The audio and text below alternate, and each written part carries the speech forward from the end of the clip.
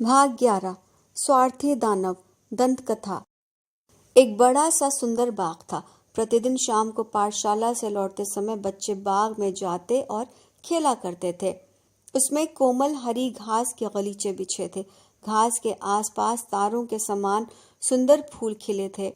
उस बाग में शफ्तालू के 12 पेड़ थे जो वसंत ऋतु में गुलाबी कलियों से लहला उठते थे और शरद ऋतु में फलों से लद जाते थे। उन पेड़ों पर बैठकर पक्षी इतना सुंदर गान करते कि बच्चे भी अपना खेल छोड़कर मुग्ध होकर उसे सुनते थे। ओह, हम कितने सुखी हैं, वे आपस में कहते थे। वह बाग एक दानव का था। वह दानव सुदूर देश में रहने वाले अपने एक मित्र के यहाँ गया था। वहां 7 वर्षों तक रहने के बाद उसने अपने किले में लौट आने का निश्चय किया। जब वो लौटा तो उसने अपने बाग में बच्चों के झुंड को खेलते देखा। तुम लोग यहाँ क्या कर रहे हो? उसे चिल्लाकर कठोर स्वर में कहा। बेचारे बच्चे डर कर भाग गए। दानव ने कहा, यह बाग मेरा है। सबको जान लेना चाहिए कि मेरे बगीचे में मेरे अलावा कोई दूसरा पैर भी नहीं रख सकता। उसने बाग के चारों ओर एक बड़ी दीवार बनवा दी और द्वार पर एक सूचना लगवा दी, प्रवेश निषेध। वो एक स्वार्थी दानव था। बेचारे बच्चों के लिए खेल की और जगह नहीं थी। वे सड़क पर ही खेलते। सड़क पर धूल थी, नुकीले पत्थर थे। उन्हें वह जगह पसंद नहीं थी।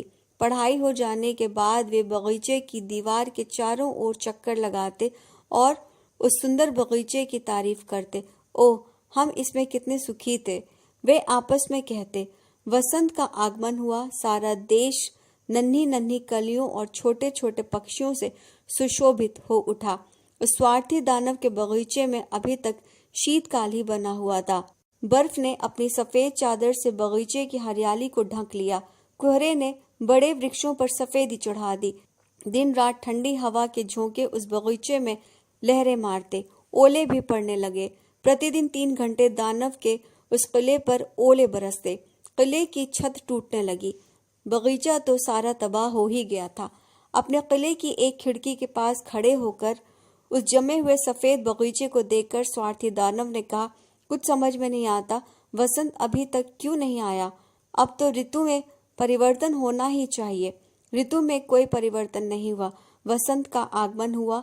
वसंत ने हर एक बगीचे को सोने के रंग से रंग दिया, किंतु दानव के बगीचे को अपने सौंदर्य का एक कण भी नहीं दिया। ये तो स्वार्थी दानव है, वसंत ने कहा। दानव के बगीचे में शीतकाल स्थायी हो गया। वृक्षों पर, पौधों पर उत्तर की हवा, कोहरा, ओले और बर्फ सदा नाचते रहते। एक दिन सवेरे अपने बिछौने में पड़े पड़े दानव को एक मधुर संगीत सुनाई दिया। संगीत इतना कर्णप्रिय था कि उसने समझा राजा का कोई गवैया पास से जा रहा होगा, पर वहां और कोई नहीं था। खिड़की के बाहर एक छोटी सी चिड़िया चहक रही थी। दानव को तो पक्षियों का संगीत सुने जमाना गुजर गया था, इसलिए उसे उस दिन वह संगीत संसार में सबसे अधिक मधुर लगा। उसी क्षण से आंधी पानी रुक गया। ओला गिरना बंद हो गया। सुगंध से लदे हुए हवा के एक हल्के झोंके ने उसे आनंदित कर दिया। मालूम होता है वसंत का आगमन हो गया, दानव ने कहा और बिछौने से उठकर उसने बाहर की ओर देखा। उसे बहुत ही अद्भुत दृश्य दिखाई पड़ा। दीवार के एक छोटे छेद से बच्चे भीतर घुस आए और वे पेड़ों की शाखाओं पर बैठे हैं। जो पेड़ उसे दिखाई दिया उसी पर उसने एक बच्चे को बैठा देखा। उन बच्चों को पाकर वे पेड़ इतने आनंदित हुए कि उनका हृदय खिल उठा।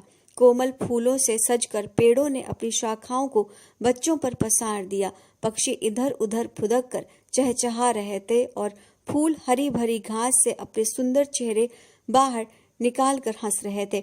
ये एक बहुत ही सुंदर दृश्य था। बाग के केवल एक कोने में अभी तक सर्दी थी और वहां एक छोटा सा बच्चा खड़ा था। वो इतना छोटा था कि वृक्ष की डालियों तक नहीं पहुंच सकता था।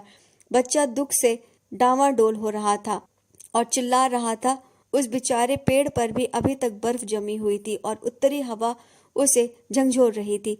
चढ़ जाओ बच्चे, चढ़ जाओ, पेड़ ने कहा और अपनी डालियां उसकी ओर झुका दी, किंतु बच्चा इतना छोटा था कि उन पर नहीं चढ़ सका।